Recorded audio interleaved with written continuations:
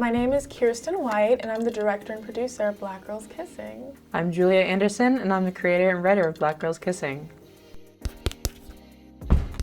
Black Girls Kissing is a genre-bending anthology series that follows two women, Nia and Zora, as they meet and fall in love across different times and realities.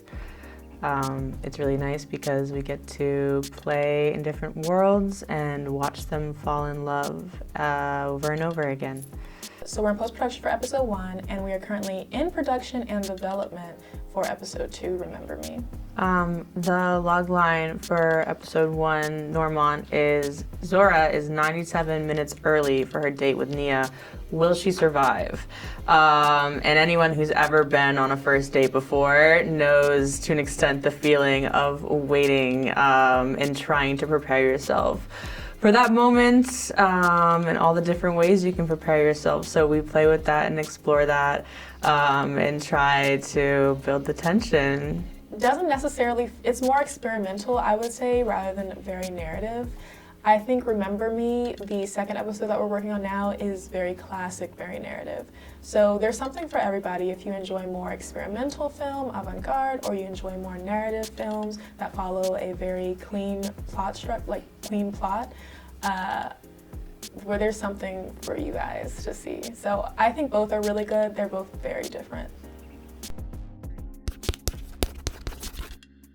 The series is for anybody who enjoys feeling liberated, being liberated.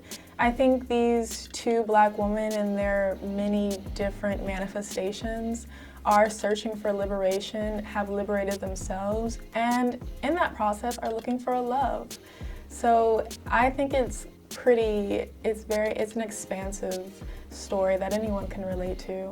When I first started writing this series, it was really for me. Growing up, this is what I wanted to see. And of course I wanted to see it in my favorite genres, but I wanted to see queer Black love in every genre. I didn't want to have to work and pour through hundreds of shows and films to find one character that I could relate to in all of my intersectionalities. And I know that I'm not the only one that feels that way. Intersectionality is a great word because it was originally coined, I'm getting a little nerdy, I'm using my race and gender studies degree from Spelman College. But intersectionality was a coin termed by Kimberly Crenshaw in the 1980s. And what it means is that it's the different intersections, different identities that one possesses.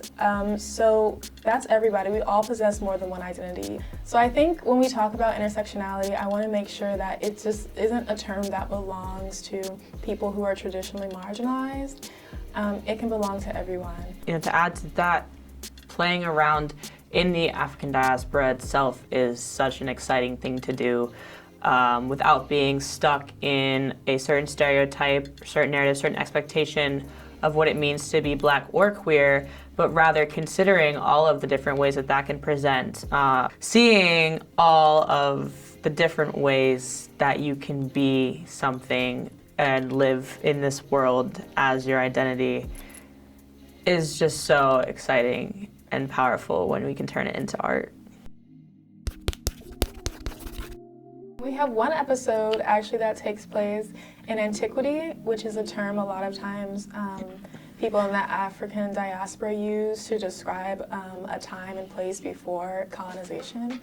So it takes place in Western Africa, and that's really fun to see, kind of seeing like a very like pre-colonized but also Afrofuturistic type narrative following these two Black women. Is fun. And then also we have one that takes place in the earlier 18th century, and Zora and Nia are both enslaved peoples on a plantation in the American South, and they stage a upheaval. So that's pretty fun. And they fall in love that way. They're always falling in love, which is the idea. What is that? They started a slave revolt? They start a slave revolt. They don't just start when they finish one. Yeah. They knock those people off. It's great. Then they escape to Haiti is what I think happens. We don't know what happens, but at the end they're celebrating, which is what we need. This is going to continue to grow.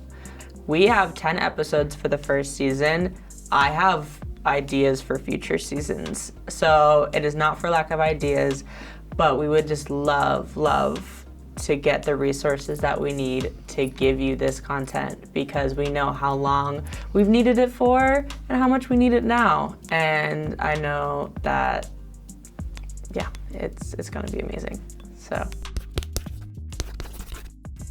please follow us on our website, blackgirlskissing.com. We update it regularly, and all that you need to know is there. We would appreciate you if you went to our crowdfunder, which is right on our website. You'll just go to blackgirlskissing.com. It is the first link called Donate Now, to be quite specific. Please click that button. It'll take you to the crowdfunder. Sharing via word of mouth with your friends, getting them excited about this project, making sure that everybody knows that this is going on, and also you can, I don't know. You can feed us. Feed us, yes. I was gonna say. You can offer your Victorian farmhouse, because we need one of those. If you have a mom and pop shop, we have 3 locations, okay? A Victorian farmhouse. If you got a Victorian farmhouse, we'd love to shoot there. For a discount. We need a mom and pop shop, and we need a liquor store. I know some of y'all have that, okay? Please let us know. Email us. You can help us in those ways. And if you have a way that you want to be involved that maybe we haven't thought of yet, we're definitely open to suggestions. One of the beauties of this project and starting it with Junction Arts and Media is that we did want to bring in community members into the filmmaking process and continue to build art as a community. So any ideas that you have, we're open to receiving. Shout out to Jam. Shout out to Jam. Junction Arts and Media. They have been with us. They only signed up to help us on episode 1. Now they're here recording us for a promo for episode 2.